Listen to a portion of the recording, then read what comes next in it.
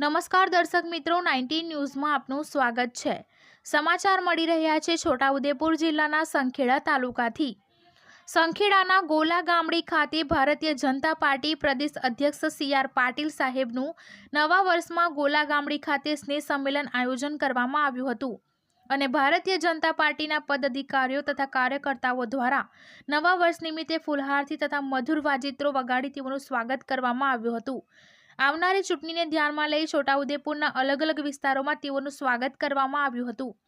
તેમાં ખાસ સંખેડા તાલુકાના ગોલા ગામડી મુકામે છોટાઉદેપુર જિલ્લા સાંસદ ગીતાબેન રાઠવા તથા સંખેડા તાલુકાના ધારાસભ્ય શ્રી અભયસિંહભાઈ તડવી, માજી સાંસદ રામસિંહ રાઠવા તથા બચુભાઈ ખાબડ તથા ભારતીય જનતા પાર્ટીના છોટાઉદેપુર જિલ્લાના પ્રમુખ રશ્મિકાંત વસાવા તથા છોટાઉદેપુર જિલ્લાના મહામંત્રી રાજેશભાઈ પટેલ, ઉર્મિલાબેન વસાવા, તાલુકા પંચાયતના માજી પ્રમુખ સંજયભાઈ દેસાઈ તથા જિલ્લા પંચાયતના માજી સદસ્ય નીતિનભાઈ શાહ તથા છોટાઉદેપુર જિલ્લાના લઘુમતી મોરચાના ઉપપ્રમુખ મકસુદભાઈ રાઠોડ તથા તાલુકા પ્રમુખ મન્નાભાઈ શેખ હાજર રહ્યા હતા।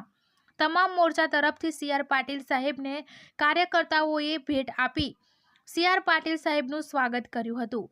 સી.આર. પાટીલ સાહેબે ટૂંક પ્રવચન કરી ગરીબ આદિવાસીઓ માટે તથા મહિલાઓ માટે માનનીય શ્રી વડાપ્રધાન નરેન્દ્ર મોદી સાહેબ દ્વારા 375 જેવી અલગ અલગ યોજનાઓ મૂકેલ છે તેઓ તેમના ભાષણમાં જણાવ્યું હતું અને તેનો લાભ આજે પણ દરેક સમાજના લોકો લે છે અને તેઓએ ખાસ કરીને સંખેડાના કાર્યકર્તાઓનો આભાર માની જણાવ્યું હતું કે સંખેડાના કાર્યકર્તાઓ તથા છોટાઉદેપુર જિલ્લાના કાર્યકર્તાઓએ ભાજપના ઊંડા મૂળિયા જમીનમાં ગાડેલા છે અને હંમેશા છોટાઉદેપુર જિલ્લામાં ભારતીય જનતા પાર્ટી હંમેશા આગળ રહી છે, તેનો શ્રેય ભારતીય જનતા પાર્ટીના કાર્યકર્તાઓને સિરે છે।